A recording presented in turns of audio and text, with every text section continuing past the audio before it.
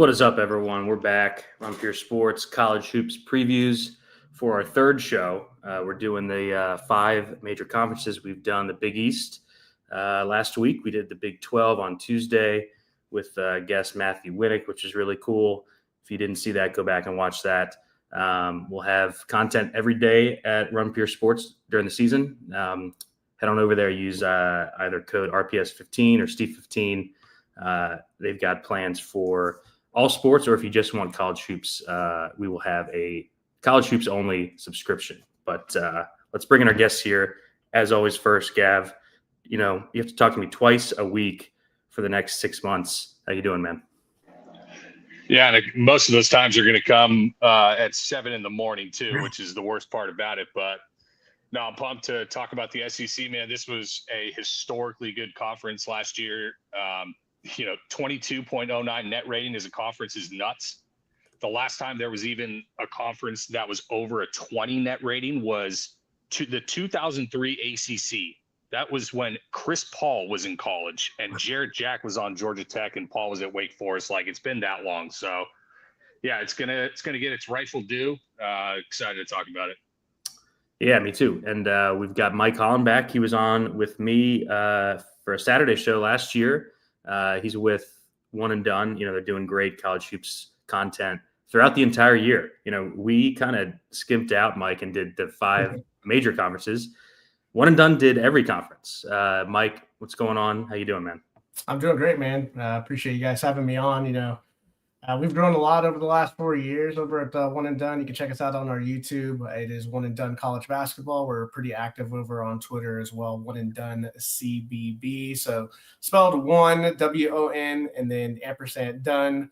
4 years ago, me and a couple of buddies just decided to do a college podcast. It was basically DFS and betting shows, but it has evolved, like you just said.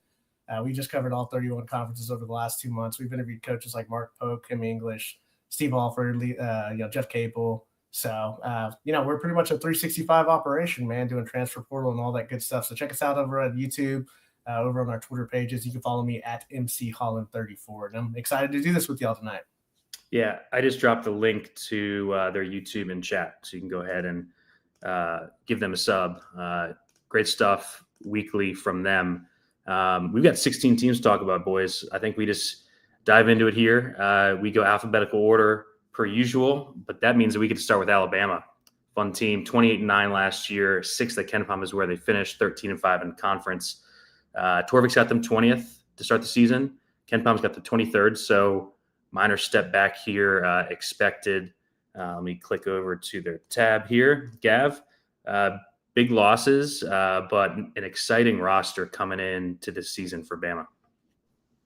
Yeah, I mean, it was a damn good team last year. You finished 6th in KenPom, you're a 2 seed, you get to the Elite 8, and you just get the absolute nightmare matchup for the type of offense that you run in Duke, and that's the end of it. And you lose your best on-ball creator in Mark Sears, you lose all your rim protection in Omarui, Nelson, and Mo Dia. But dude, it's NATO, it's Alabama. It's been a top 5 offense each of the last 2 years. Like, the question with them is really, can they rebound and protect the rim enough? And we'll get into it on this, on this team for sure. But I mean, it's probably the most loaded backcourt in the entire country. You bring back a guy who, had first round NBA draft upside in LeBaron Philon, an elite 2-way on-ball guard, is really strong in the periphery. He's surrounded by a ton of shooters, even if he, wasn't a fantastic shooter himself in his first year. And then you have someone like Aiden Holloway, dude. You play 21 minutes a game and you launch 200 threes. You're not cheating yourself by any means. So you start with those two. You have a Houston Millette, who's the Pepperdine transfer coming back from a red shirt. He's a 40% guy career from 3, 37% on his career on 500 attempts. So he's going to shoot. You have Latrell Wrightsell when he comes back from injury. And then, the front court is kind of the main question. So I'll let Mike, I'll hand it off to you for any of the front court stuff. Yeah. So obviously that's the big question mark, right? Like, I love this backcourt. You have Philon, downhill, explosive athlete. You got Holloway, like you said, can knock it down from anywhere. I think those two are going to be devastating, every single night. But this front court is going to look a lot different, right? You don't have Nelson, Diabate's gone, Stevenson's out, Reed, Amori, like all those guys are out, and it's really up to, I think, Cheryl and his progress, man. Like, he flashed in a little bit of time last year, but him as like a low usage lob threat. He can also space the floor and rebound the ball. So I think his next step is learning how to play without fouling. Yeah. That's going to be huge for them. And I actually really, really like the add of Taylor Bowen from Florida State. That mess that was there last year, a stretch four guy, really nice spot up shooter here. And he can get after you on the defensive end. So I definitely like that as a 3-and-D from the 4 spot. And then, we'll see what these young guys can do. London Jimson, the freshman, comes in, highest pedigree. And I don't know what they're doing with Noah Williamson coming in from Bucknell. He's not your prototypical 5-man that Oates rules out. But he can't stretch the floor, and he offers kind of a different dynamic. I don't see him being much of a factor. He's kind of one of those guys where I wish he had stayed in the mids, man. So that's kind of where I'm at on this team. But I'm a lot higher on this team as far as an offensive ceiling than kind of what KenPom has, man. They're just going to be devastating in this backcourt here. Yeah, this team's going to put it on bad teams early. But, Gav, as we know, Oates always has a tough schedule right out of the gate, and they do again. I agree with Mike. I really like the addition of Bull Bowen here. Led the ACC in 3-point percentage in conference play. Shot 47% from 3 in conference play. Second in the conference in block percentage. I think he's going to blossom here. I like the way that his game kind of fits with the rest of the roster. You mentioned Sherrell, high pedigree guy, only played 8-9 minutes a game last year. Going to start at the 5. I think he's going to be a good DFS asset for us if he can avoid foul trouble here. I mean, Phylon, 0.95 fantasy points per minute as a true freshman guard. You have to think that the minutes tick up here pretty significantly. He's usually had that main guard that plays 30 plus. He was at 24.7 last season. Gav, any thoughts here in the front court? Anything that we need to talk about here? Yeah, Bowen is like just the prototypical power forward. He's basically souped up Jaren Stevenson. Plays a little bit better defense, shoots much better from 3. So that works. I think, like I said, the problem with Bama comes down to, can they protect the rim? The years that, they had Omarui, Nelson, and Diabate last year, they were 6th in KenPom. The year that they had Clowney and Bediako, they were, a 1 seed. So the question here is, Aiden Sherrell. Aiden Sherrell had a 2% block percentage as a 6'11" rim protector in deep drop coverage. That's terrible. Yeah. Noah Williamson, you know how many blocks he had in 3 tier A-B games this year?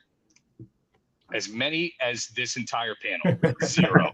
Big fat goose egg. 0 blocks in 4 tier A-B games and 3 tier A. So I don't feel great about the rim protection. I think Bama's going to be a straightforward team in that, boy, when they're hitting shots from 3, I mean, they're going to throw 100 on you before you could even really blink. There's going to be some games where it doesn't really matter what the other team does. They're going to shoot 43s and they're going to shoot 37% from 3. Yeah. And they're just going to map ball you to death. But in games that they don't do that, they're going to be extremely susceptible. So it's going to be kind of like betting BYU. I'm going to be much more apt to bet them at home versus on the road or a neutral. Bet them more against no middle defenses versus drop coverage stuff. So that's generally where I'm at with the team. Yeah, and like we said, we're going to find out right away. They're playing St. John's that first week at MSG, the first Saturday. They got Purdue, Illinois, Gonzaga, Clemson, Arizona, all on their non-con schedule. Any last thoughts here on Bama, Mike? No, man, that is going to be the key if they can protect the rim, man. Because you're going to get into these dog fights here in the SEC, right? And a couple of bounces, right? It's going to determine 4 seed versus a 5 seed or a 3 seed versus a 4 seed. So, yep, agreed. Let's go to Arkansas. 22-14 last year, 36 at KenPom, 8-10 in conference. Closed the season really strong late. Torvik's got them 16th to start the season here. KenPom 29th. Got the losses and the newcomers here. Mike, headlined by Darius Acuff, top 5 Frosh coming in. Really like the Malik Ewan addition, our second Florida State transfer in 2 teams here. What do you think about the offseason here for Arkansas? Yeah, I think it's kind of interesting. Calipari reinventing himself, right? Like he's kind of mixing it up a little bit, not just going with the one and done, the young team. They are going to be super young again, but he's got some retention back. He's using the portal a little bit. So I love what Acuff can bring to this team. I feel like he's kind of like Boogie Fland, right? It's going to be like this high usage, on-ball guard here. I don't know why we keep trying to jam DJ Wagner Same. into this, man. Like it doesn't make any sense. I don't know why he's playing this many minutes. He doesn't draw any fouls. He doesn't space the floor. He's not a lockdown defensive player. They couldn't get John L. Davis going last year in part because Wagner's not a connective piece at the 2. So, like, if you're going to jam in Wagner, I'd rather them at least have Carter Knox next to him, which looks like they're going to do here. He doesn't really need the ball in his hands. He's kind of a wing that scores efficiently off movement and spot ups, cuts. Doesn't dominate the ball, but he's going to add volume through like shot making and rim pressure and some spacing for them. So we'll see. I don't know. I feel like eventually this other 5-star kid, Malik Thomas, is a much better fit next to Acuff as a sharpshooter and Knox. And then you have like Billy Richmond coming off the bench as like an energy guy. And then I'm with you, man. I love this Malik Ewan addition. I think he's going to be awesome here. I just think, man, like he actually succeeded in that mess at Florida State last year. Right. So, top 50 in the country and offensive rebounding percentage. Like he's not going to stretch the floor, but he proved he can bang inside, draw fouls, finish. I like his passing ability, 16% assist rate. And he's pretty solid defensively. So, yeah, there's a lot of pieces here to like, and I think the X factor, Gav, is going to be like Trevon Brazile, man, his ability to space the floor. So this Arkansas team is really interesting. Yeah, I like him better than last year, honestly, but the key is going to be less is more with DJ Wagner. That was my big note with Acuff. Taking the ball out of DJ Wagner's hands is going to be the biggest positive here. Gav, thoughts on that? Mike mentioned Carter Knox closed the season really strong after a slow start. Yeah, I mean, he scored in double digits in 9 of the final 12 games. He's a 1.9 defensive box plus minus. You shoot 35% from 3. You shoot 76% at the rim. Like, yeah, that's a 3-and-D wing. That'll play. I really like this Arkansas team. I mean, I think the more macro thing I have to say about this team, one is Mike mentioned some of the retention. How crazy is it to see a John Calipari coach team be first in the SEC in returning minutes? I had to like wipe the screen of my monitor. I thought it was fudged or something. But yeah, they're first in the SEC in returning minutes in production, and there's some really good guys to do it. I think one thing with Calipari is he's had trouble with role allocation, right? He didn't know how he was going to play the front court last year. It took them a while. They were a top 20 team, like from February 1st on, even though they were 36 on a year-long basis. That's, they beat St. John's. They go to a Sweet 16, kind of when things fell into place role-wise, right?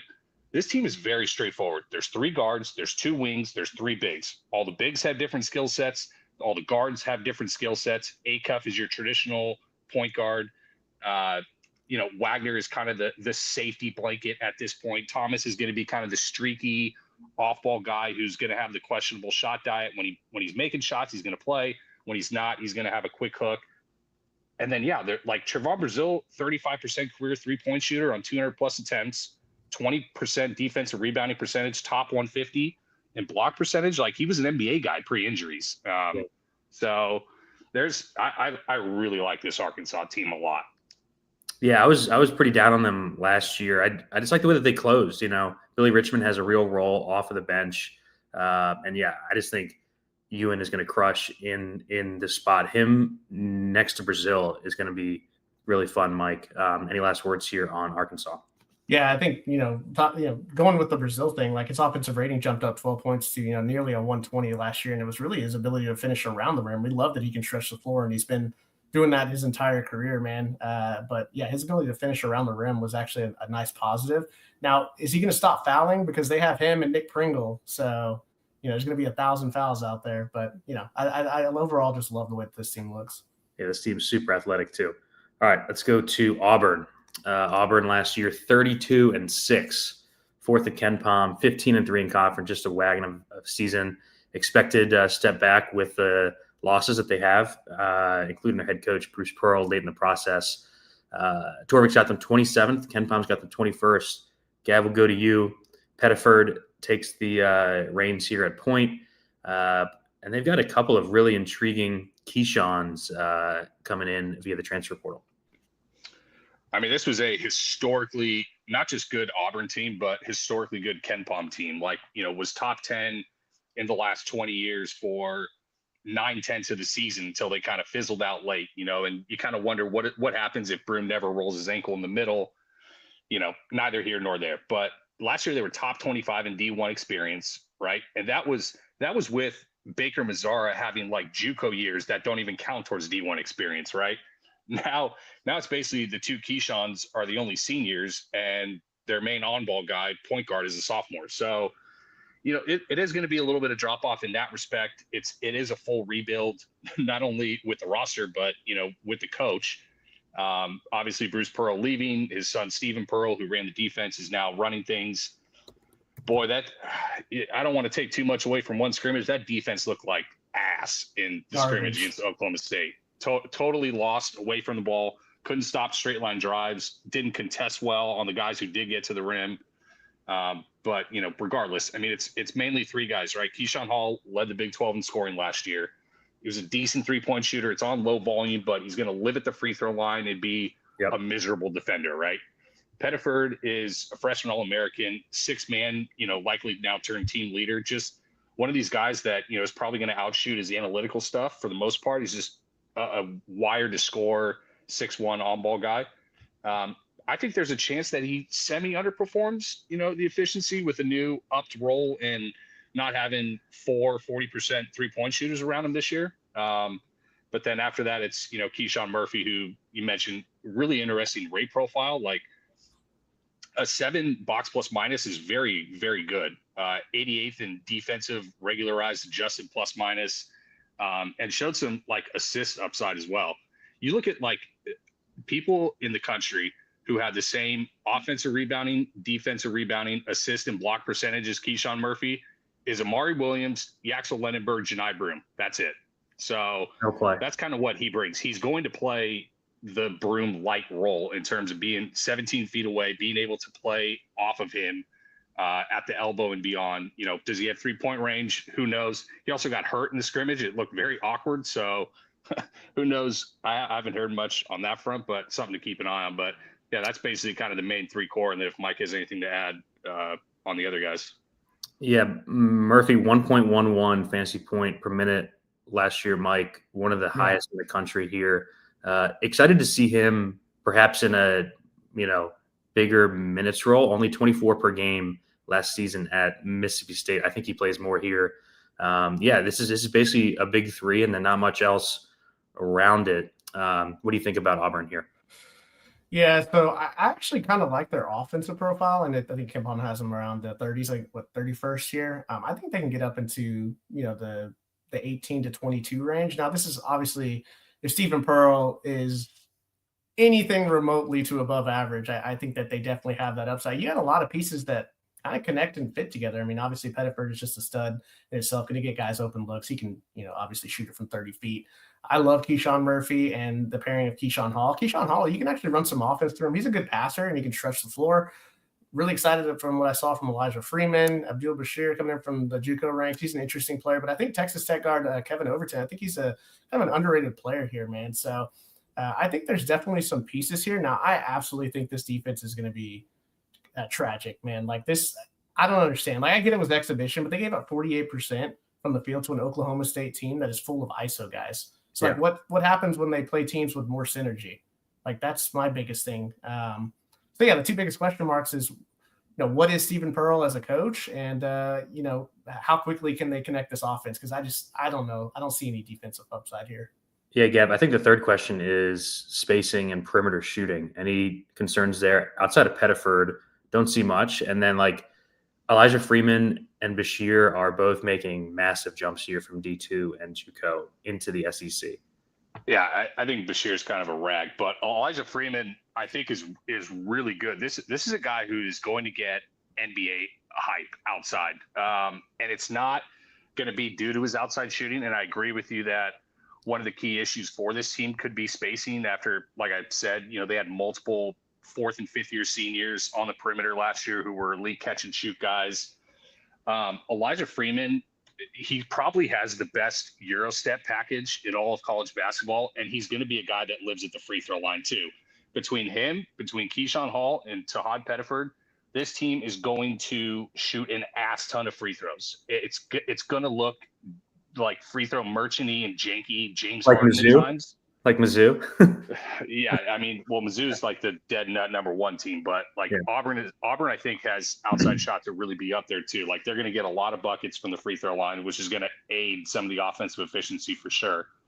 Those, I think that's the other guy I wanted to highlight. He's not billed as much of a 3-point shooter, but dude, at 6'8", there's pretty sneaky on-ball creation. He's elite attacking mismatches and closeouts, especially when he can get downhill with that Euro step package in the paint. So he's the other guy I think we have to watch out for. I mean, Jovic, like, he comes from like a high pedigree program overseas. He was teammates with Bogovac at UNC. Bro, he looked, oh God, terrible in the scrimmage. Like, so I don't know. I think how do you protect the rim, right? Like Cardwell and Broom were two of the best rim protectors in the entire country. They had them each for the last 2 years for Broom and 3 years for Cardwell. So I think that's kind of the main issue with them. Yeah, I was going to say about 6 for Cardwell. That's what it felt like. We'll go to the national champion Florida Gators. What a 6th season! What a close to the year. 36-4, Ken Palm #3. 11-7 in conference, and then just turned it on. Both Torvik and Kempom having top 5 coming in. Hard to argue. They do replace the 3 guard engines here. Mike, we'll start with you. What do you think about the losses and what they added in the offseason in the backcourt here? Yeah, so I actually picked them to win the national championship last year behind this backcourt, and losing this backcourt is pretty tough, man. Clayton, Richard, Martin. They do return 7 players, and this front court is nasty, man, right? Like Thomas Half, Alex Condon, Chinyelu, Handlockton. Like, come on. Like, best in the country. There. Yeah, best in the country, man. But this backcourt, like Boogie Flan, Xavier Lee coming in. Yeah, I know Todd Golden, right? His offense is forever, right? This is kind of a guard's heaven. But, man, I was looking into it, and, like, these guys aren't strong finishers. I think that's the big thing that's kind of missing. Yes, could they shoot the 3 ball last year? Absolutely. But here's my thing, right? Like last year in tier A plus B on Ken Palm, man, Boogie Flan in 11 games, 29% from 2. Xavier Lee, 40% from 2. Clayton was 46, Martin was 56, and Richard was 66. So, like, these guys are finishing at the rim with stretching the floor. Now, obviously, this front court's going to help them get, some easier looks. But for me, it's like, Flan and Lee, they're more of like guys that want to, get to their pull-up spots. So I'm also not a huge fan of this talk about Thomas Half at the 3. Like, I don't completely get that, especially from what the system that Golden kind of runs. I think we probably see like AJ Brown or this wing CJ Ingram coming in at that 3 spot. I don't know why we're not starting Condon and Half at the 4-5. Getting a wing out there and then letting these 2 guards kind of just run around and make plays, man. But yeah, there's some question marks here, but I mean their floor is really high, and obviously they have the ceiling to win it back to back if Xavier Lee can kind of transfer his game over. Yeah, I mean, the Hawk at the 3 idea is just because if it works, it's going to be fucking sick. Yeah. Like if the Hawk at the 3 works, it's going to be so hard to guard. I have the same concerns. I was going to bring up basically the exact same thing that Mike did with specifically Flan. But he was a frosh, and now he's in a much better system. These bigs are going to make it really easy on the guards here. What do you think about Florida? Yeah, I mean, first of all, I think you have to mention, as Mike said, the 3 guards, right? I have in my notes, like, we probably should have seen this coming. We were big on Golden, like, the first couple of years. And then obviously he just sticks it to us, right? And when they beat Auburn, when they pillar to posted Auburn on the road, that's when we should have been like, oh yeah, this might be the best team in the country. Yeah. We probably should have seen it coming more, but I think you start with Boogie Flan, right? Obvious NBA talent, great shooter for the most part. The shot diet is more the issue than his ability to shoot, in my belief. Which he's definitely going to get help going to Golden from John Calipari. Elite assist percentage to his turnover percentage, given the usage in his minutes. There was also a direct correlation from when Arkansas took off and when he hurt himself, right? So yeah, it is tough to tough to deny. And then you mentioned Xavier Lee. Like, the thing about him is we've never seen him off the ball, and we basically have no sample against him, or no sample for him against top 50 competition. So I feel good about the shooting with him. This is a guy who, on 189 rim attempts in the Ivy shot below 50% at the rim in the fucking Ivy League, brother. Like, you know, the guys who you're going to be calling for accounting work, like in a couple years. People you see on like Suits, that's who he's going below 50% at the rim against. So that's the issue with them. But yeah, it's the best front court in the country, which buoys their floor. I don't see them in the same tier as Houston and Purdue, as many will. Like a lot of people will say, kind of pick your Houston, Purdue, Florida at the top three. I don't even know if they're the best team in the SEC, to be honest, because I think there's one team just a little bit better than them. Yeah.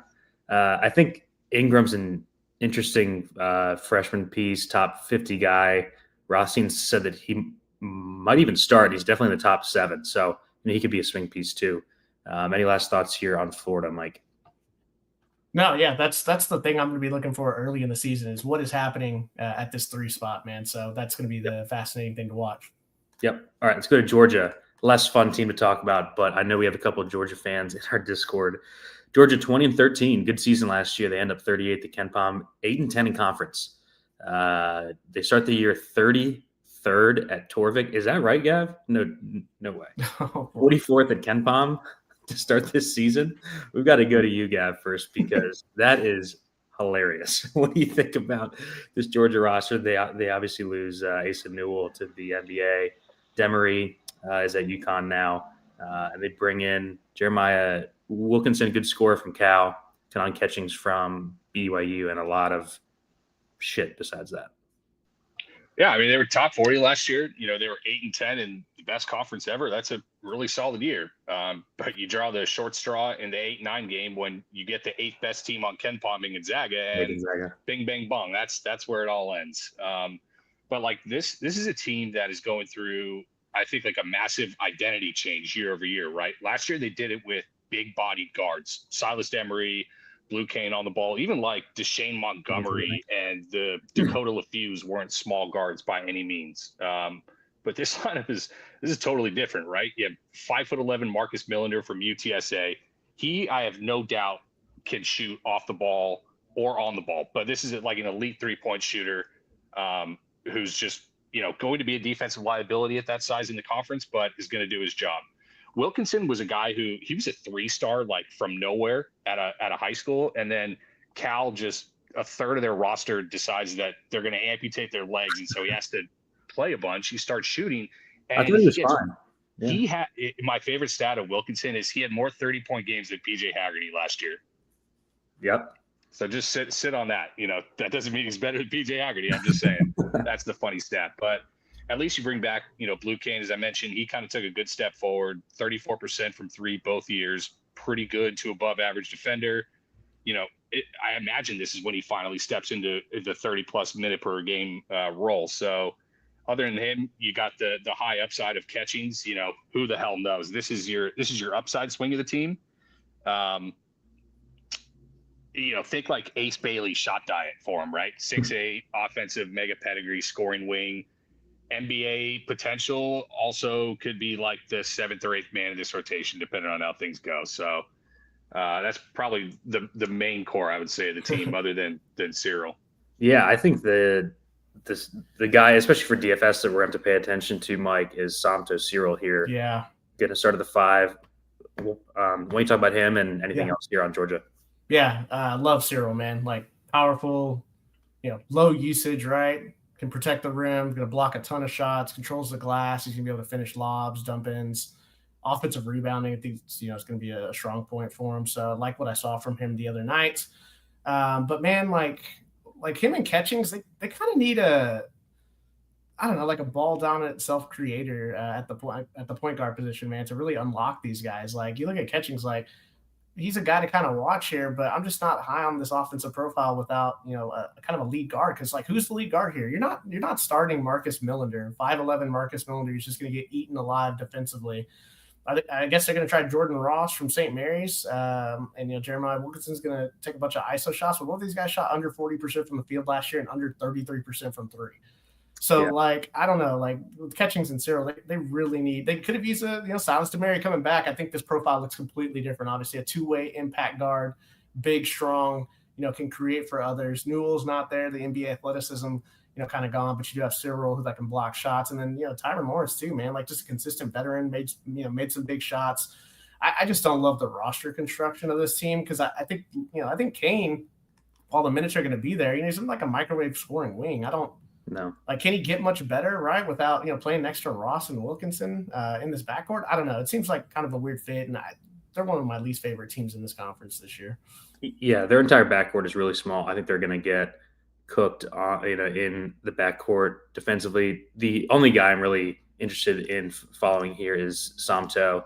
12.5% block rate would have been like top 6 nationally last year if he qualified. So watch out for his minutes roll early. If he plays 20, 25 minutes, he is going to smash. Gav, any last thoughts on this dog shit Georgia team? Dude, they started Russell Chua 2 years ago every game. Cyril's going to play. Yeah, not much more. The bench guys, I don't even know if the bench guys are going to be super interesting outside of a DFS price grab, right? I left light on for Dylan James last year, Buns, Jordan Ross, mega inefficient shooter from St. Mary's, Justin Bailey from Wofford, another 6'3" off-ball guard. At least he's defends. I don't know this.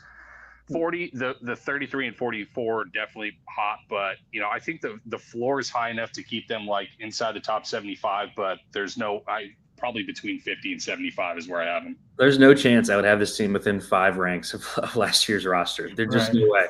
What sucks is that their non-con is so shitty that there isn't really going to be that many spots to fade them. Although I do think they might be. That just means we have generational wealth spots early in conference when they play real teams. Yeah, I was going to say they are in a tournament Thanksgiving week, but it's in Charleston, not in Vegas.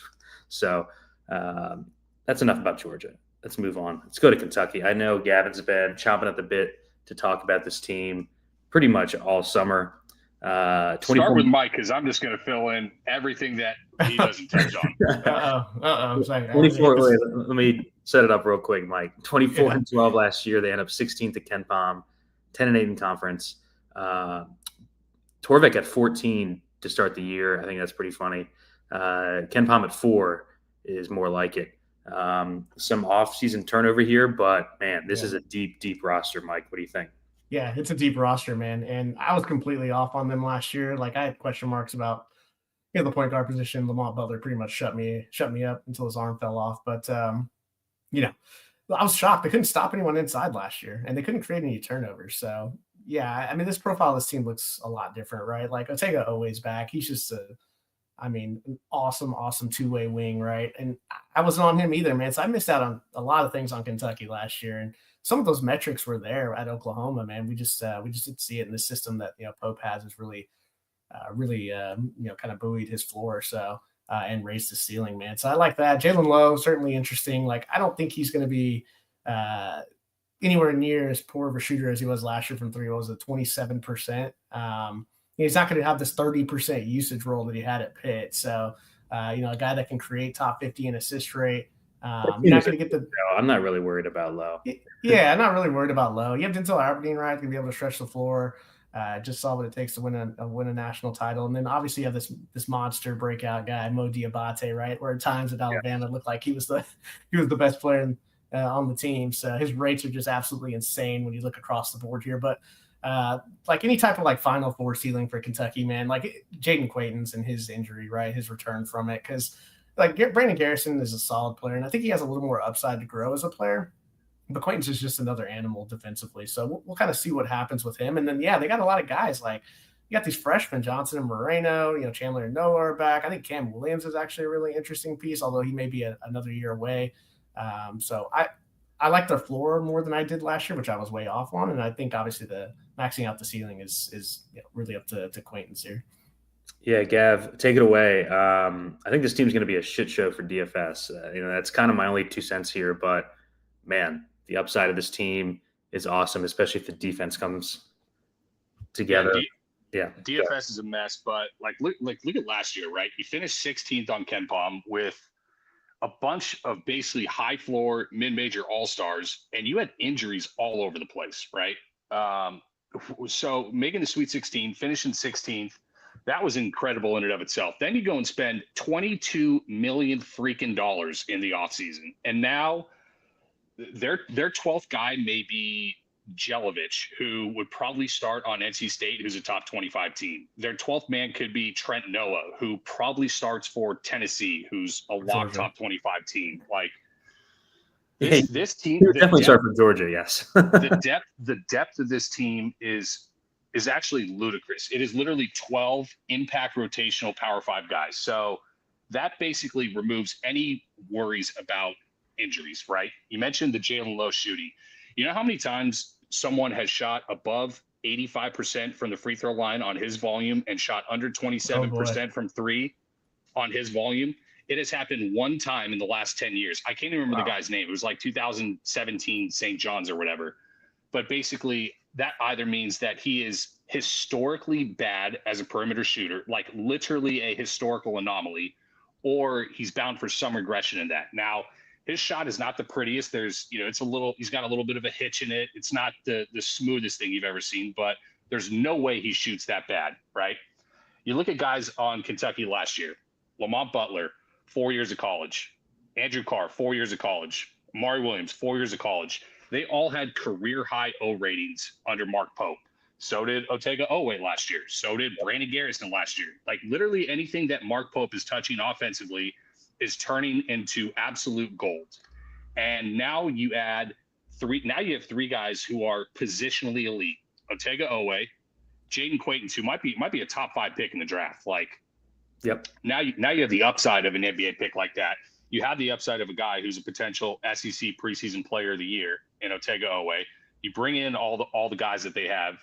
You have the Mo Dia. We haven't even mentioned Cam Williams. Cam Williams might get NBA pub too as an elite 3-and-D wing, 6'8" from Tulane, legit knockdown shooter. For the only thing that you can worry about this team is spacing, and he is kind of the cure for that. So he could see kind of an upsized role beyond what we would think just in regards to that. But man, I mean, I've kind of been like since the start thinking like this is a top 5 team. I almost want to say that this is the best non-Houston or Purdue team in the country, to be honest. Yeah, I'm right there with you. That's where I'm at. I'm excited for Mo Diabate, man. Yeah. And I think their ceiling is higher than Purdue or Houston. I do too. Like if this breaks right, I think it's going to take some time for him to kind of figure out exactly what he wants to do with all these pieces, Mike. But man, the ceiling is sky high. Gavin's got a note here. Ken Palm's projecting them as the 8th best offense and the 4th best defense. And he says, let me explain something. If this team has a top 5 defense, they're winning the title. Yeah. Yeah. And I completely agree with the low, his shooting, right? 36% as a freshman. So, I mean, if he shoots 34, 35%, this offense is going to be, it's going to be ridiculous. Yeah. Yeah. Diabate, 1.19 fantasy point per minute last year in limited run. His 16 minutes a game are going to go up. He can guard 1 through 5, just has to avoid fouls. Oweh was 1.01 last year, Low 0.94, Quaitons 0.95 as a hurt freshman. So yeah, like the upside of this team is just so gnarly. Any last thoughts here, Gav? As a hurt reclass freshman, like he still may make giant strides year over year. I already took enough time on this team, and it's a long enough show, so I think I did my part here. Well, we can save some time on the next team, LSU. Yeah, holy God shit. Damn. 14 and 18 last year, 88 at Ken Palm, 3 and 15 in conference. Torvik's got them 66th, Ken Palm 56 to start the season. Gav, we'll start with you here. Pretty much a full roster eject. They bring in a bunch of mid-major players to surround Jalen Reed, who his season got cut short last year after a hot start. Deaton Thomas, I'll let you go. What do you think about LSU? Yeah, we talked about on Tuesday how Jamie Dixon coaching that TCU team to 9-11 was his best coaching job ever. Well, 2 years ago, Matt McMahon went 9-9 with like Trey Hannibal and Will Baker, right? That was an incredible coaching job.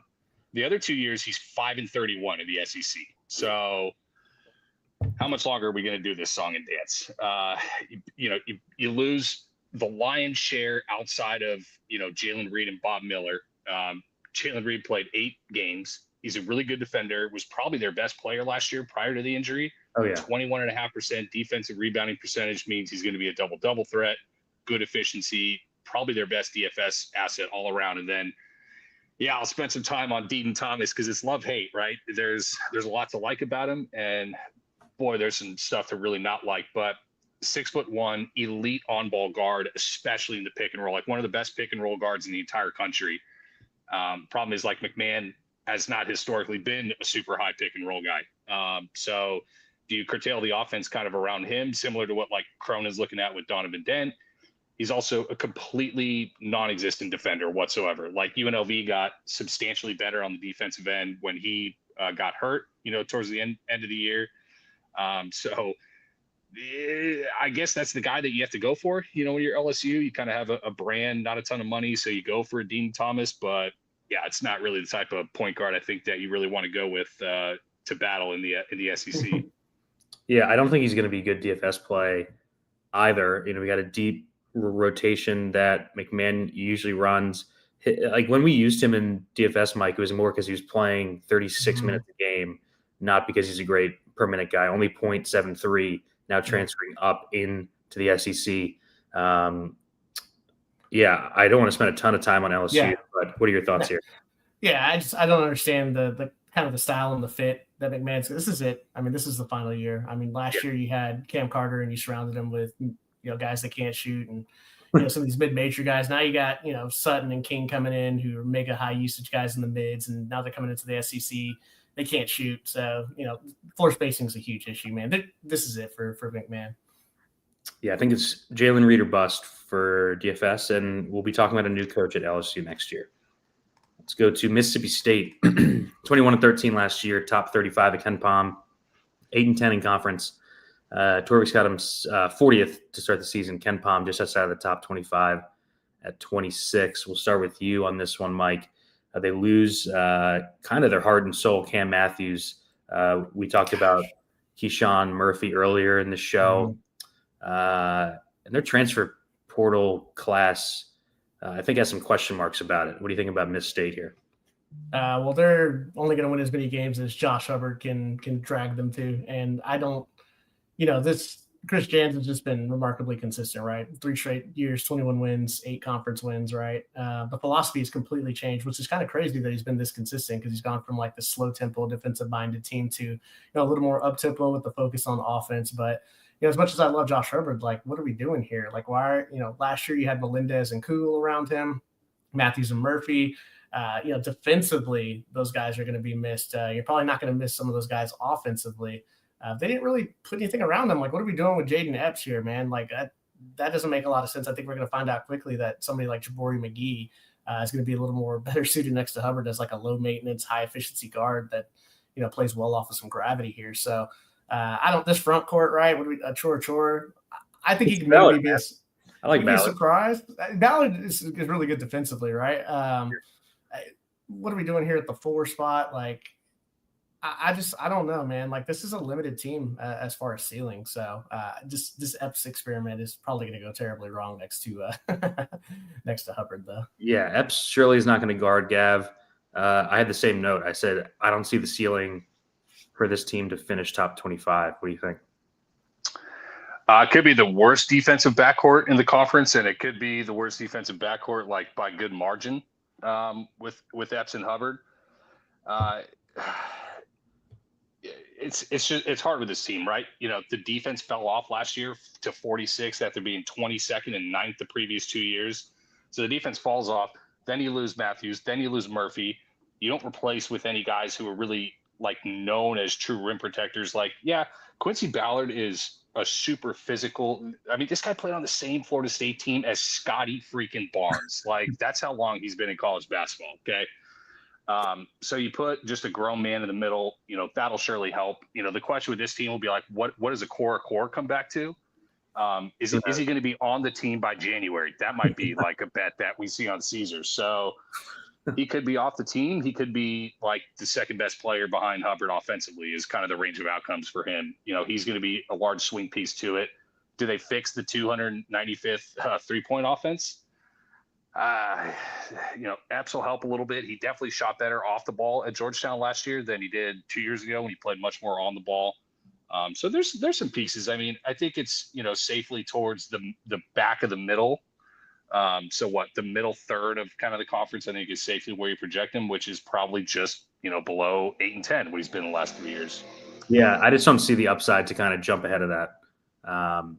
You mentioned the tempo. He's gone from 336th to 210th to 127th in the last 3 seasons. Any last thoughts here, Mike, on Mississippi State?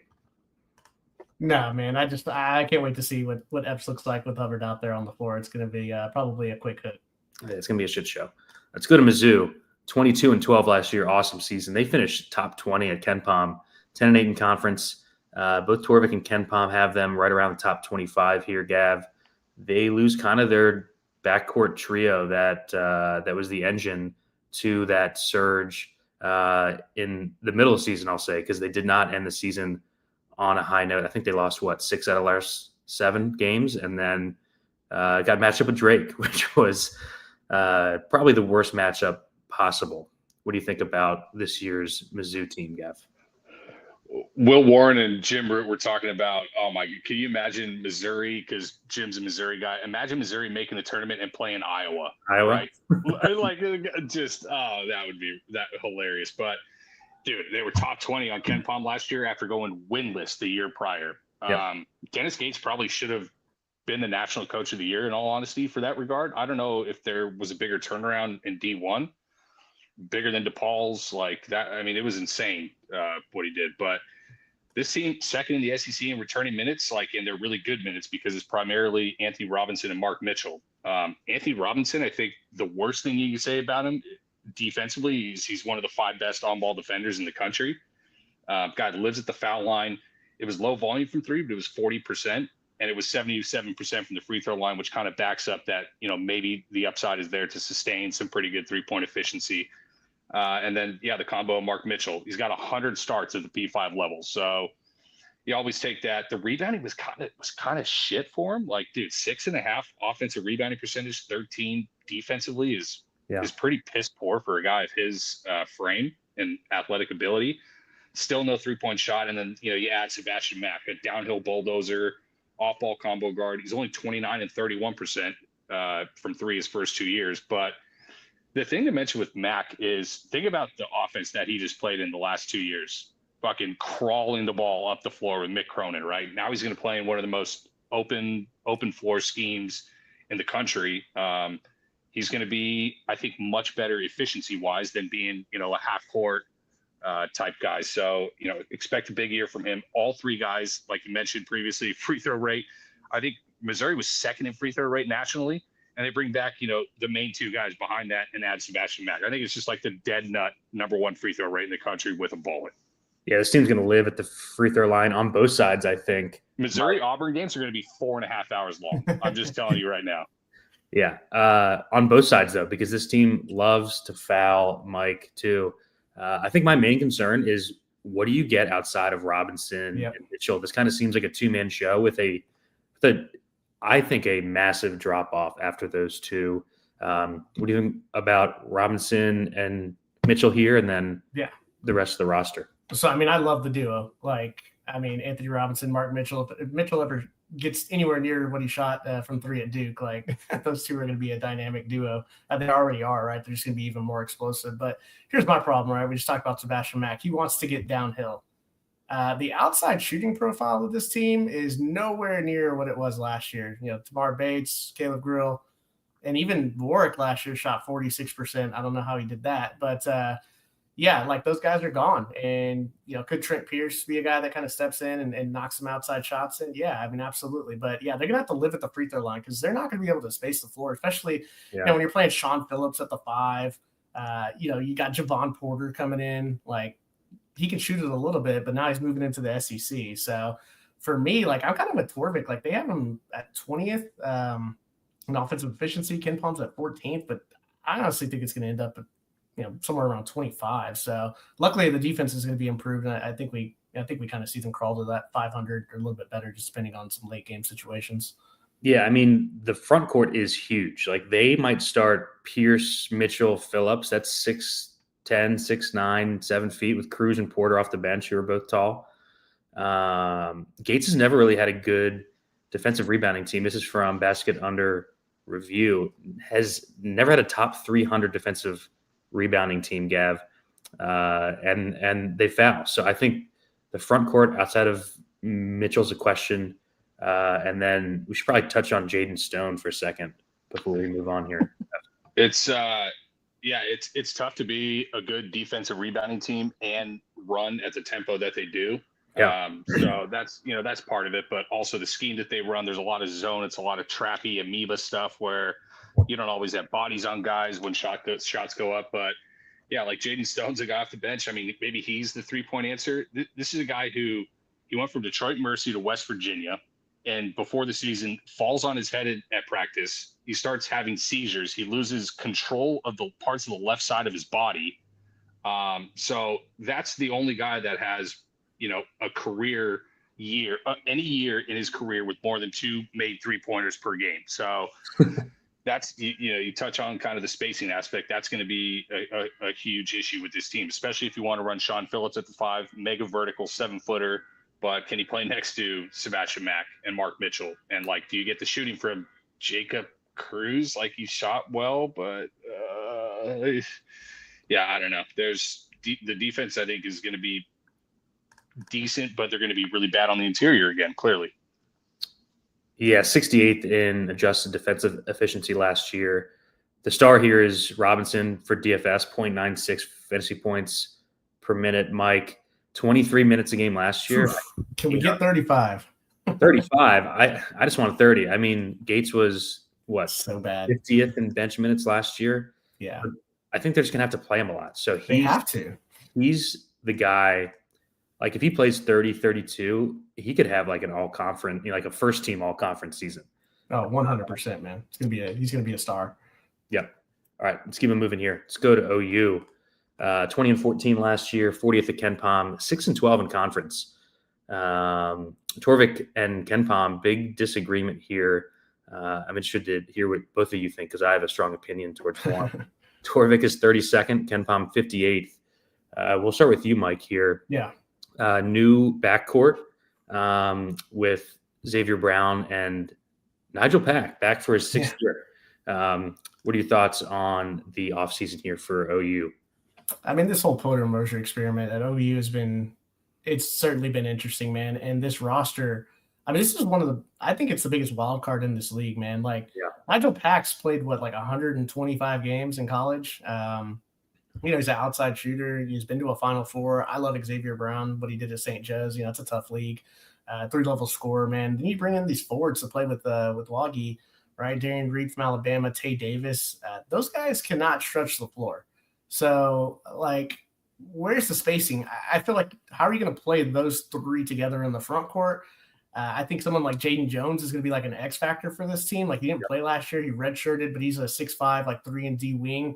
Evan Maya has him as the 3rd most valuable player on this team when you factor impact on both ends of the floor. So, we got to figure out rotations here if we want to reach a ceiling. Ultimately, though, man, they got some guys. I just don't know. I got to see it. I got to see the first 5 to 10 games to see what this thing looks like. Gav, look at the guards that Porter Moser has brought in over the last 3 seasons. Uzan, Javion McCollum, Otega Owe, Jeremiah Fears, Xavier Brown, Nigel Pack. Pretty impressive. I actually like this team a lot. I'm more in the Torvik range than the Ken Pom range. What do you think? Yeah, I kind of like them, right? I mean, last year was the best offense that Porter Moser has had. It was 29th. It was also the first year they were inside the top 250 of turnover percentage. They held on to the ball better. They were still 193rd, and they had the 6th overall pick as a point guard. So it wasn't they were outstanding in that facet. I think they protect the ball much better with Nigel Pack and Xavier Brown. Even we haven't mentioned Tay Davis. He was a guy who got thrust into a huge role in Notre Dame because of injuries, was a guy who was really good defensively and poor offensively at Seton Hall, then goes to Notre Dame, has to carry a ton of workload offensively and is terrible defensively.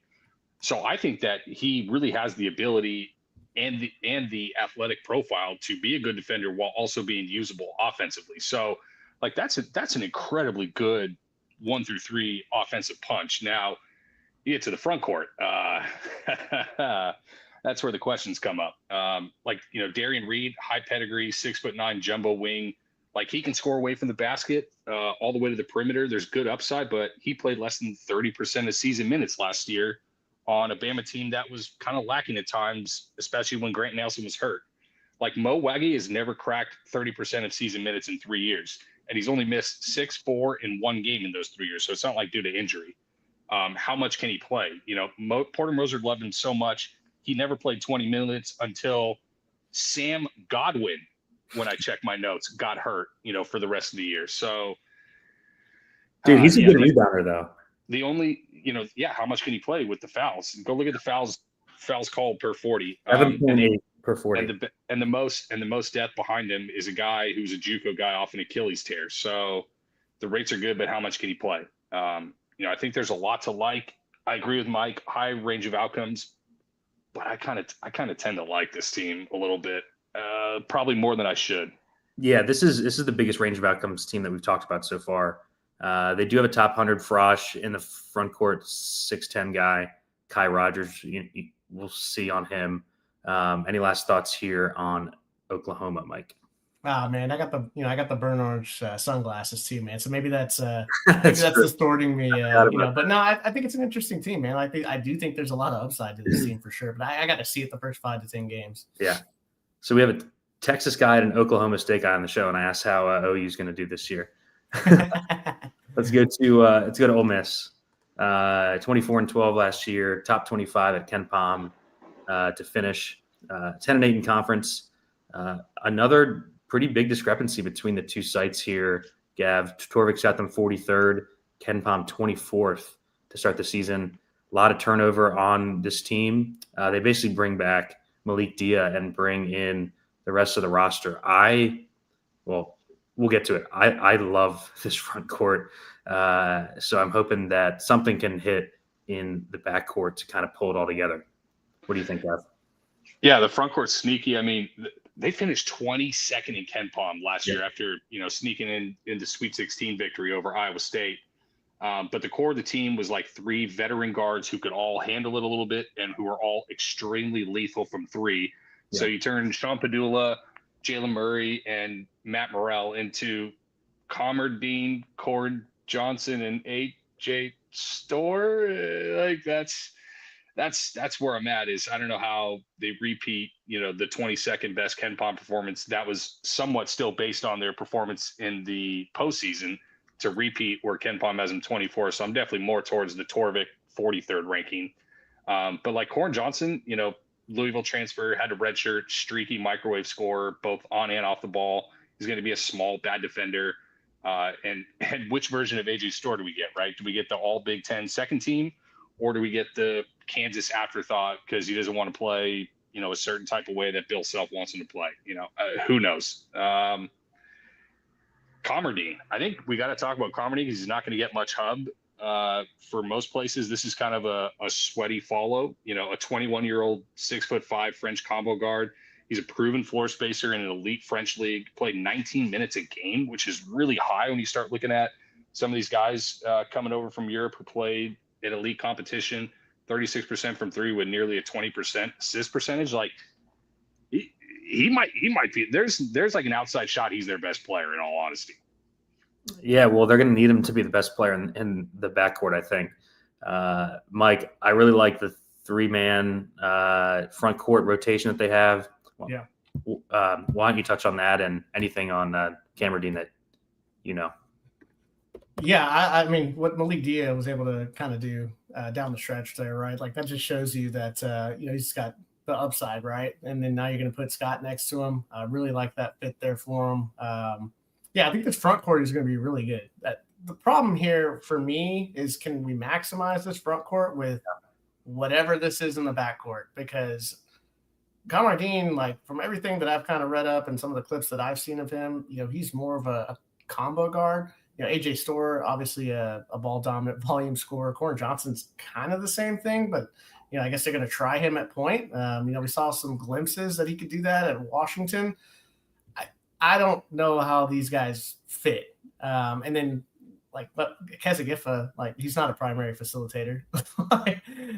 Just a guy that's going to assault the rim, right, and can't play any defense. So, yeah, I don't know, man. I don't think you can kind of maximize Dia like you did last year when you had, Sean Padula, Murray. So it's just tough for me to see, man. But it's Chris Beard. These guys are going to play defense.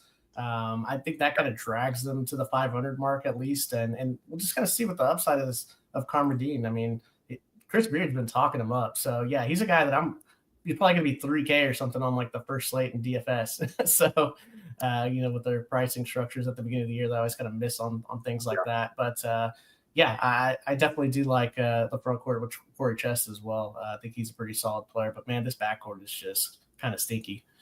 Yeah, the backcourt last year was awesome. Last season was Beard's best offensive efficiency of his career, better than the 2019 Texas Tech team that went to the national title game. I think the backcourt or the front court is sick. Dia on a team with Padula, Morrell, and Murray. It was Dia who led Ole Miss in usage rate last season, 1 year after leading the country in usage rate at Belmont. Top 60 defensive rebound percentage, high block rate, nearly 5 fouls drawn per 40. He's going to absolutely smash on a per minute basis here. 1.07 fantasy point per minute on him. Only played 20 game last year. Man, I hope that they give him mid-20s here. He is just going to be an awesome DFS asset for us. James Scott, man, probably the best. He's so good around the rim. Led the ACC in 2-point percentage. Shot 78%. Third nationally in 2-point percentage after 79% at Charleston in his freshman season. 129 O rating, was top 40 nationally. Block percentage above 8%.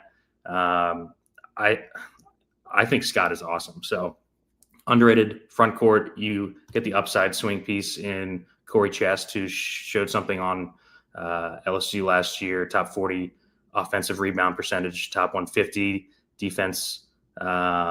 Good score around the rim. So, yeah, I mean, we're one season removed from AJ Score taking 498 shots. I think this is just another wide range of outcomes team, right? If Store bounces back, it just always felt like a weird situation with him at Kansas last year. Him and Carmerdine are the upside pieces here. If they hit, this offense can be good. If not, then they're going to struggle to score. The lack of perimeter shooting on this roster is fairly glaring. So, Gav, any thoughts on that, and any last thoughts on Ole Miss in general? No, I mean, Torvik has him as the third worst team in the SEC. Ken Palm has him 9-9, which means you're tied for fourth with 7 other teams. So you split the difference. You're probably right about this team 80% of the time under the bell curve. Yep. All right, let's go to a team that's not going to be fun to watch this year. South Carolina, 12-20 last year, 69th on Ken Palm. You go 2-16 in conference, and you're still top 70. That's how good this conference was last year. Torvik, 106 to start the season. Ken Palm, 86. Big loss, obviously. CMB going to the NBA. They basically replaced their entire rotation outside of Miles Studi. We get the double boomerang Michi Johnson coming back after going back to, what was it, Ohio State, South Carolina, Ohio State, South Carolina for Michi Johnson.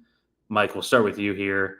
Is there anything to look forward to with Scar this season? This looks like the worst team in the conference. I'm so glad he started with Mike. Holy Jesus. Man. Yeah, this is going to take all of about 45 seconds. Who is going to score besides Michi Johnson on this? There are going to be a lot of bricks. Mike, Mongolian Mike, sub 30% career tier A 3-point shooting.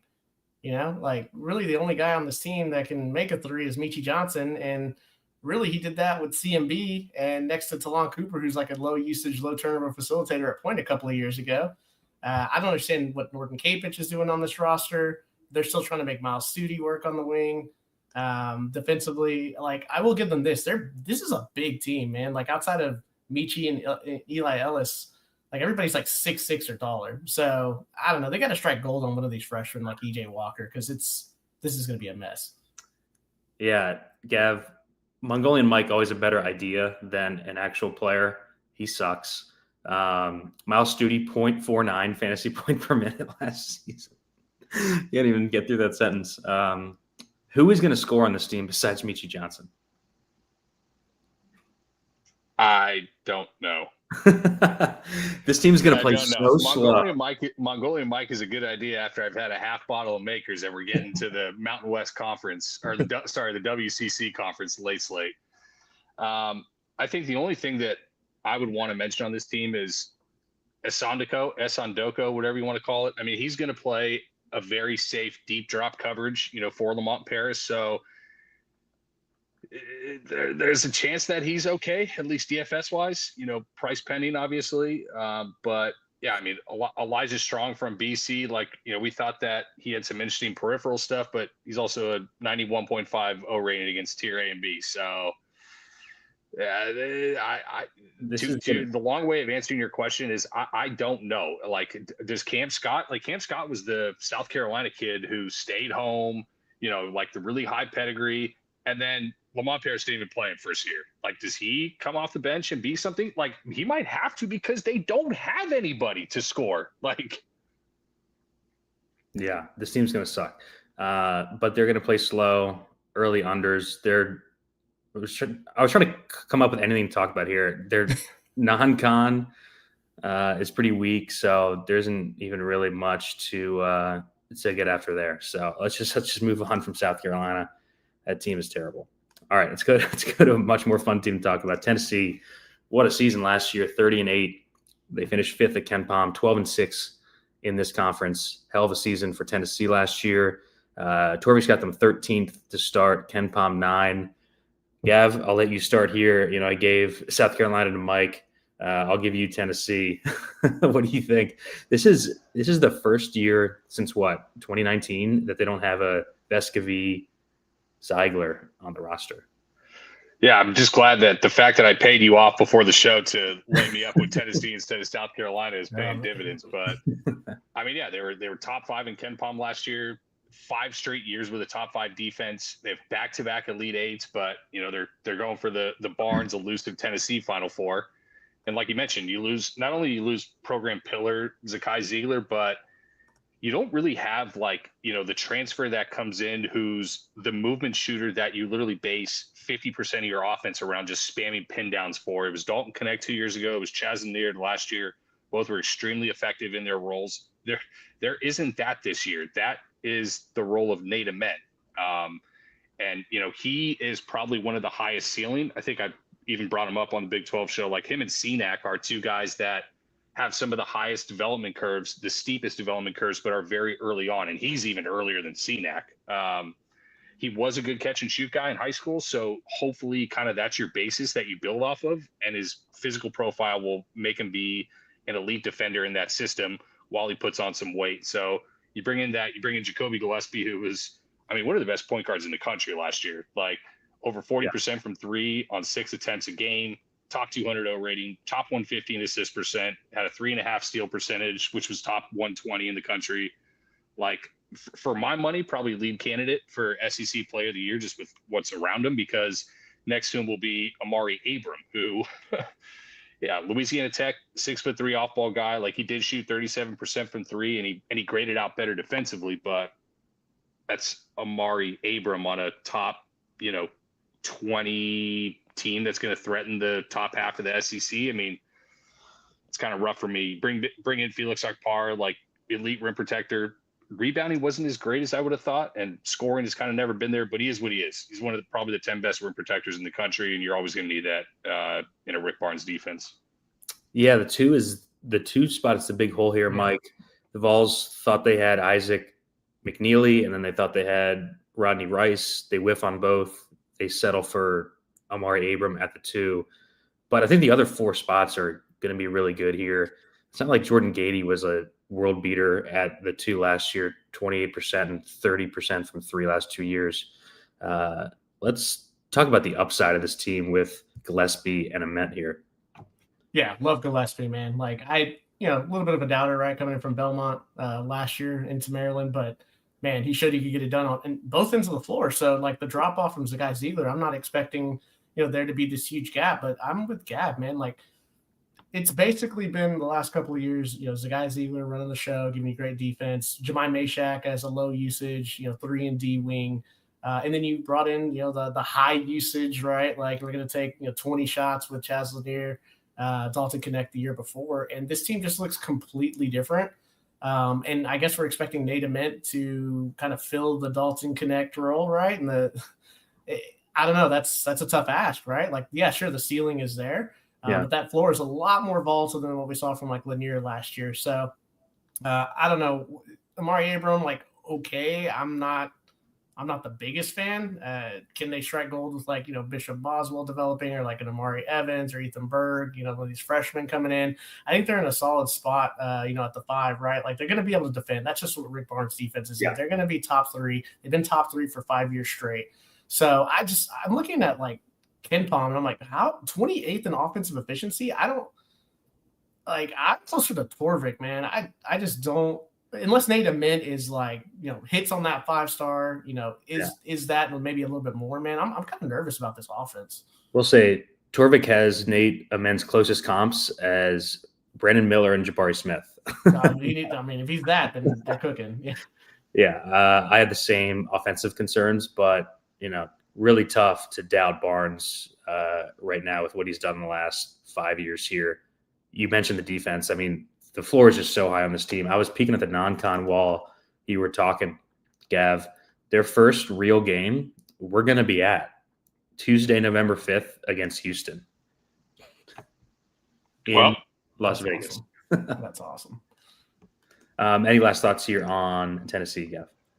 No, I mean, the only other thing is like, Jalen Carey, insurance down low. That's like the perfect type of just physical Tennessee defender that's going to just put his shoulder into a guy cutting through the key. And the guy's going to be like, I don't want to cut through the key again, to be honest with you. And then Ethan Berg, we probably need to bring up. There's a chance he starts over Amari Abram, 22-year-old Israeli transfer international guy, but is a freshman, I believe. He shot 39% from 3. So if he's more of an adult for Rick Barnes and shooting better than Amari Abram, I could definitely see him being a starter. That's the only thing I'd add on this team. Yeah, Cade Phillips, I think we need to pay attention to too. Should start at the 4. Played off the bench last year. I think they're going to need a big season from him to hit their ceiling. All right, let's go to Texas. Let's go to your squad, Mike. See, I lined that up. You had to take South Carolina so that you could take Texas. You gave me the closest thing to South Carolina. Texas 19-16 last year, 47th at Ken Palm, 6-12 in conference. But the good thing for you, Mike, is that drove them to go and get a new head coach. Yeah. Torvis got them 34th to start the season. Ken Palm's got them 39th. They obviously lose Trey Johnson to the Wizards. Kaluma's gone. But Pope and Mark are back, and they brought in the pieces around them. You have the floor here on Texas. Well, I didn't know I was going to come on to your show and kind of dog my my hometown team here, but here I am. Like I was expecting a little bit more, honestly, from Sean Miller coming in from Xavier. And like if you look at this roster just individually, you're like, okay, like that's nice. But I'm looking at the fit, and I'm just kind of scratching my head a little bit because like Miller's running this up tempo, high efficiency 3-point shooting team with a versatile 5, right? And this roster is basically filled with a bunch of paint-bound bigs at the 5, downhill ISO guards. And my first issue is kind of started last year where it's like, why are they trying to make Tremont Mark a primary, like basically the point guard? Last year was Trey Johnson and him just basically switching on and off in the ISO, and Jordan Pope was basically relegated to like an off-ball floor spacer at the end of the year. So, man, like it's just kind of weird when your best facilitator might actually be the 4-man Dalen Swain, but you can't even get the lane opened up for him because you have Voikatitis and the big guy Traore just kind of clogging the lane up, man. And I just don't know how you maximize his archetype when you have Mark as a slasher and an ISO player. Kendall Weaver's more of a rim pressure. Simeon Wilcher is a downhill slasher. So there's just not a lot of gravity on this team. I think Cam Heidi's going to be a big X factor for this team. I actually think Purdue's going to miss him a little bit this year. Yeah, I don't know, man. Like Voikatitis, like these guys are nice players when you look at them individually, and they have some ceiling because they're going to be around for a couple of years. But man, it's at least for me a little disappointing. I think they're going to be pretty solid defensively, which is going to keep them in some games, man. But it's going to be tough. I mean, they only won they didn't win very many games last year in SEC play, and they're probably going to be right around the same mark. I think 6 wins last year. So yeah, maybe I'm being too hard on this, but I was kind of expecting more of what we would see from Sean Miller Xavier team at least. Yeah, I do like the Swain pickup. He was awesome last year at Xavier. Gav, I think that they're going to have to play in transition a lot because none of these guys can shoot. It's a lot of attacking the rim. I think that they'll be fun in transition with Pope, Mark, Wilcher, and Swain. What do you think about Texas? I kind of like Texas, honestly. Love it. And it kind of, obviously it starts with Sean Miller. I mean, upgrading from Rodney Terry to Sean Miller is like divorcing Rosie O'Donnell to marry Margot Robbie. That is an insane upgrade. And Rodney Terry had a top 50 last year. They were much better kind of the year prior when it was still mostly Beards guys. I also question kind of what the motivation level looked like for some of these guys last year. Yeah, like a Jordan Pope, especially a Tremont Mark, a guy who we know has the tools, has been an elite defender in the past, has had really good success on the ball with Eric Musselman at Arkansas. I think I really like this team. Like, there's a really good synergistic pairing in the backcourt, right? Pope, Mark, Wilcher, Weaver. 3 of the 4 are really good defenders. Mark, Wilcher, Weaver. Pope is the shooter. Mark has some on-ball ability. Wilcher didn't shoot well, but he came into college billed as more of an offensive guy, and then went to Rick Pitino and got a terrible shot diet and didn't shoot well. But I could definitely see him shooting better. Dallin Swain is a 3-pointer away from being a first rounder. So, I mean, you mentioned defense. I think this team is going to guard their asses off. Especially if it's a non-Jordan Pope lineup. You're going to have 5 above average to elite positional defenders. You're going to play more on the open floor, which is going to help some of these guys like a Wilcher, like a Mark. Swain is going to be lethal in the open floor. Vokietitis' upside as, he's basically like Krivas light. He's a 7-foot Lithuanian, big old load in the middle, but his counting stats won't be the same because he played on such a fast tempo team last year. But Heidi gives you spacing.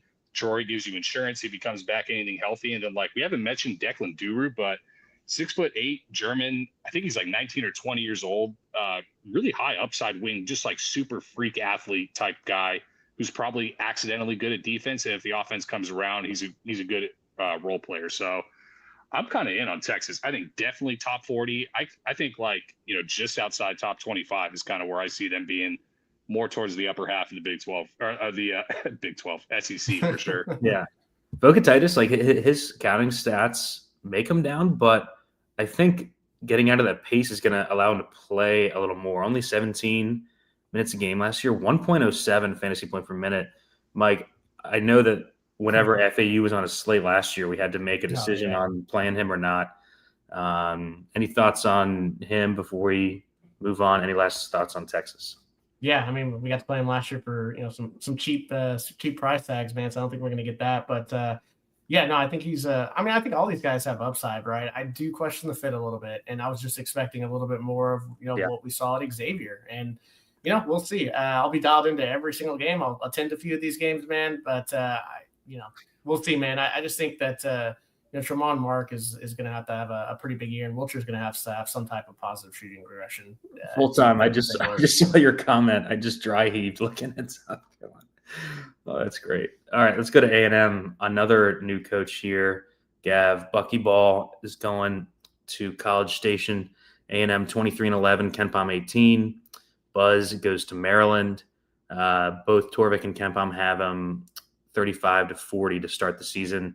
Full roster eject, as what usually happens when coaches turn over here. What do you think about who Bucky brought in, and how do you think his style is going to play in this tough-ass conference? Yeah, I'll let you guys do more kind of the players specifically, because I'll talk just more about Buckyball, right? You're talking about, one, will he play it at the rate that he did at Samford? Because, it definitely worked against mid-major teams. Is it going to work in the SEC? That's kind of the big talking point, right? where teams are more skilled at the 4 and the 5. They can at least put it on the floor. There's much more able threes that can dribble kind of through presses. So, like, what does that look like? I mean, Samford won by 15 plus points 22 times in the last 2 years. So that tells me Texas A&M probably comes into the season and they run buckyball with P5 talent, and they absolutely just dick kick some of these blind teams early on. I will say their non-con is super easy. The first month, the only top 100 teams they play are Oklahoma State and UCF. Yeah, and trust me, they are going to absolutely throttle some of these teams because they're going to play extremely fast-paced. They're going to press a ton, and they're just going to swarm some of these smaller teams with their athleticism. Now, they come into SEC play probably overrated, and we look to fade then. But for at least the interim, you're playing people on buckyball, and you're playing bigs for sure against buckyball because the press and the traps in the half, when it turns into half-court stuff, makes it tough to get bodies on. So they've been outside the top 300. Samford is last 2 years. They're also super foul happy. So it is just a DFS gold mine to be playing both ways. Yeah, looking at their schedule, Mike, I could see them starting off like 13-2 or something, and I've already circled this at Tennessee game after they get off to a hot start, where they'll be catching less than 10, and Tennessee just absolutely murders them. Let's talk about the players that we brought in here. Mbako comes over from Indiana. Pop Isaacs is back after the awful injury that Gavin and I actually witnessed sitting next to his family last year. That sucked. Jakari Lane comes in from North Alabama. I think he's interesting. What do you think of the roster here for A&M? Yeah, I mean, you got some underrated guys on the national level, right? You're talking about, we've been expecting Kinsey Mbako for the last few years, right, to be that 5-star, and now he's out of hell. But I think he's going to have to completely change his game, right? Shifting from, kind of more of a, isolation scorer. He's got to be like more of a tempo-based floor spacer, the trail shooter. So we'll see if he can make that transition. I think ultimately just getting out of Mike Woodson system is definitely going to help him. So he's an X factor for him. I think Pop Isaacs, to me, he makes the most sense, getting out and open floor. We kind of saw that a little bit with Creighton last year. He was out hot for Creighton. Yeah, it was crazy the numbers he was throwing up, man. Pull up games there, quick trigger and transition. He's happy to do that. So I think he's going to be pretty comfortable. My problem here is, like, we mentioned Jakari Lane, and he's not going to have to be that high usage guy, right, in the system. Playing those two guys, 6 foot Lane, 6'2" Isaacs, like, when they get into SEC play, man, they're going to struggle with that. I don't mind Federico, right, as a grab. I just, fit-wise, it's a little weird offensively for buckyball, but, it's a guy that can rebound. He's going to be able to block some shots for them. And then you just have a kind of a bunch of, like, random pieces, like, Marcus Hill and Ali Abdu Diba. Like, it just – Fed lives for another year. Fed lives for another year, man. So, yeah, like, this is – I think we're going to be riding high, right, as we go through the non-con. And then, life's going to get real in the SEC real quick for these guys, I think. Yeah, I kind of like AG from USC. He closed the year really strong, Gav. I know you watched that, undersized big. I think he's got some upside here. Mbako just getting out of Woodson's system, I think, is their high upside piece. Like, if Isaacs comes back healthy and Mbako is good here, that's how they hit their ceiling. I know Jim Root likes Dominguez, the shooter from Spain. The question is going to be the defense, right? Bucky's teams have been outside the top 200 in defensive efficiency in every season but one that he's been a head coach, and they play at the top 30 tempo. I think there's going to be clear, like, red flag danger spots on the schedule, Gav. What do you think about the roster and then anything there? I don't know if there's many I don't know if there's a single above average defender on this roster, to be honest with you, which is the worry for sure. Yeah. Dominguez will play because he's a 22-year-old freshman, which makes a ton of sense. And he's an elite 3-point shooter in a system that's going to just bomb away from three. Yeah. Bucky's teams itself are tougher to play. He has been a heavy bench minutes guy. We'll see what that looks like. I mean, Marcus Hill's a rim hunter. Federico is literally like an AI scarecrow, is the best way I can put it. And then Diva and Dominguez. So there is depth. They probably play a deep rotation. So the best teams are going to be those that are playing against them for the most part, DFS wise. Yeah, 2 years ago, top 5 in bench minutes for Bucky. I think he was around 50th last season. All right, let's go to the last team here. Vandy. Hell of a season last year for Vandy. First year under Mark Byington coming in from JMU. 20-13 at Vanderbilt. 48th at KenPom is how they finished. 8-10 in conference. My concern here, Gav, is how high everyone is on this team coming into the season, especially the computers. Torvik's having 21st, KenPom 19th. What do you think about Vandy here? I mean, those are high numbers to start the season at. Yeah, they were 8-10 in the SEC. You're top 50 in KenPom in Byington's first year with a full roster turnover. That's a pretty elite coaching job by Byington. Vandy was the unluckiest 3-point defense on shot quality. That was not named Miami, who I don't know if they contested a shot for the final 3 months of the season, but that goes to show, they probably could have ran better. They were 329th in 3-point defense, 39. Opponent shot 39.5% from 3 in SEC play. I don't care how much you're winning on the turnover margin. They're an elite turnover margin team. They hold on to the ball. They take it away a bunch when you're giving that up. But now you get a couple options in the backcourt, right? Like Frankie Collins. I mean, good. We have no doubts about the defense, but as a lead guard, just been wholly inefficient. And has never played on a team worth the Buffalo shit on the back of a nickel. So, is he like a winning component? I don't know. That team last year was tiny. Collins is small himself. You have like a Tyler Nickel, an elite movement shooter. You have a Duke Miles who's more kind of the scoring guy in the backcourt. There's a couple options, top 25. That definitely feels more like ceiling though to median outcome for me though. Yeah, I actually looked back when we talked about Vandy last year. They were 96th, and we both said that we thought they could finish top 50. We were super high on them last year. I think I'm gonna be the opposite this year. I don't see them. I don't know, Mike. What do you think?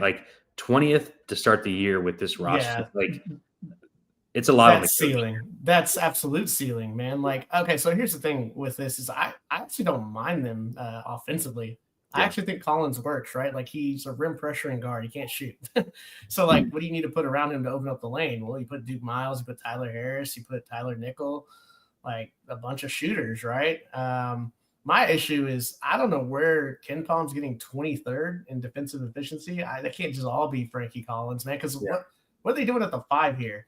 Jalen Washington, are we trying this again? AK Okereke from Cornell, making the jump. I mean, Mason Nichols from Jacksonville State.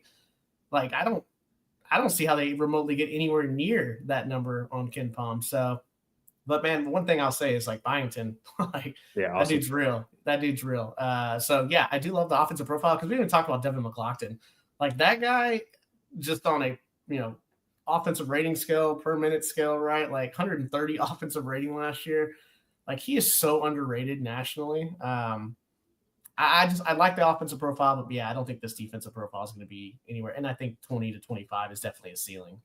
Selfishly, I wanted McLaughlin to go to a team where a coach didn't play the bench at the top 25 rate, Gav, because he would just absolutely smash. Top 50 effective field goal percentage, top 75 true shooting, top 50 2-point percentage. Mike mentioned the O rating, top 50 offensive rebound percentage, top 80 defense.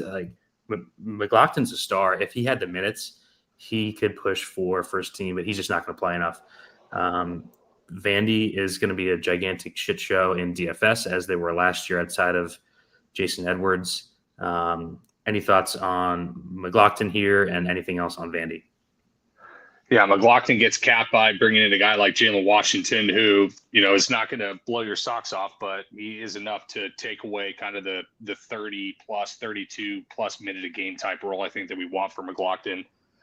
Okay, I think Okereke is going to be a really good wing defender. Yeah. The offense is, I think, going to be a little bit more of a question. It was really good in the Ivy, but it's not the most proficient perimeter game I've ever seen. And then Tyler Harris will kind of be the inverse, where he's just been mega efficient offensively, but isn't as much of the defender that Okereke is. So you split those two guys. I think they'll be all right. They're just definitely not top 20 is where they're at. Probably. I think the range to think about is kind of 35 to 50-ish. Yeah, I'm kind of there too. That's still an improvement on last year. Oh, yeah. I mean, the wing snipers on this team is like the upside piece. Nickel, Okereke, Tyler Harris. I mean, those are three wings who can really stroke it. So Nickel's one of the best movement shooters in the country, full stop. So this team was 246 in 3-point percentage last year. With this roster outside of Collins, I think they're going to shoot it pretty well. So, all right, that is all 16 teams. We always close out with our all conference teams and breakout guys. We definitely touched on all the breakout guys during the show, but we just like to talk about them at the end. I've got my first team here: Phylon, Gillespie, Josh Hubbard, and then both of the Florida forwards, Hawk and Condon, were my first team. It's the SEC, so there's probably 12 guys that you could argue for SEC first team. Mike, we'll go to you. Who do you have on the all SEC team here? Yeah, man, I'm playing small. I'm putting Half at the 5. I'm putting Owe at the 4.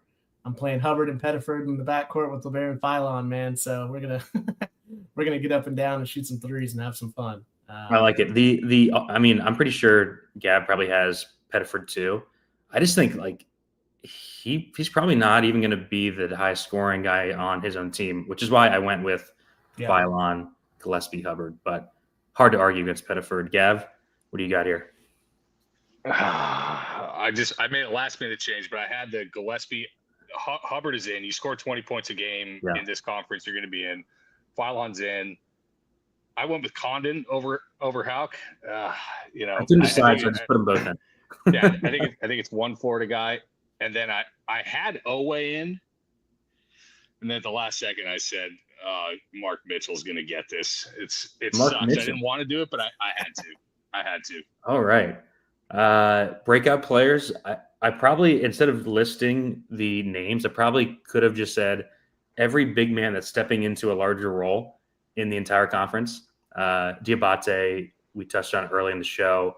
I like Bull Bowen. One of those two Bama forwards I think is going to have a great year. Samto from Georgia is going to be their best piece. Really like Sean Murphy stepping into a large role here at Auburn. Jalen Reed, if he can stay healthy on that LSU team, is going to break out like he had started to last year. And then I just put the entire Ole Miss front court just because I just really, really like that Dia Scott chest combo. Mike, any guys to add? Any arguments for the guys that I have on here?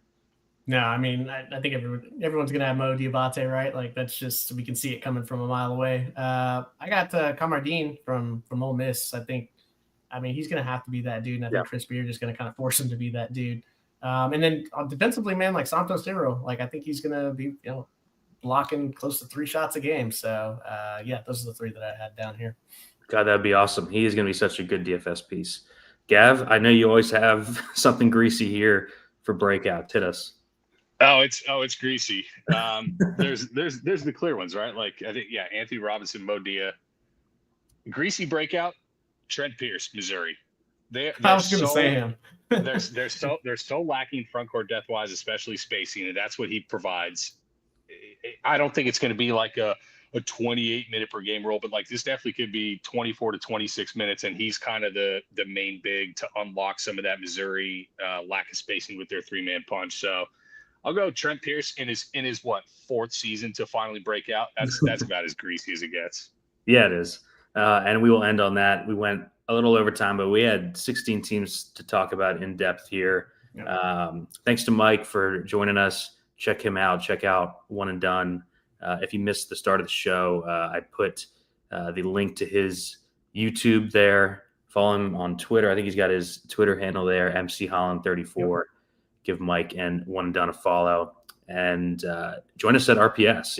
If you enjoyed this content, we'll be doing content every day of the college hoop season. It's a grind, but we enjoy it. We'll have projections for every slate.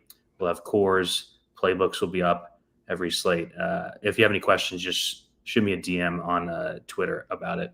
Gav, we'll be talking ACC next week and Big Ten next week. We've already locked down guests for both of those shows. Big Ten is going to be Tuesday, TBD on ACC either Wednesday or Thursday. So 140 teams between those two conferences. Yeah, we were going to do no guest for Big Ten, and then someone reached out that they wanted to join us and couldn't say no to this guest. So we'll do 18 teams. I'll probably say about 40 words on the entire show. So, Mike, any last words here? No, I appreciate it. And, see you guys in the DFS streets. And, hopefully, Steve, we'll have you on the One and Done show. Pretty soon, man. We'd love to have you on. I was traveling like way too much to end last season. So wasn't able to come on, but we'll definitely do that this year. Gav, any last thoughts on the SEC or anything in general here? No, just don't take too much of my money this year, Mike. Damn it.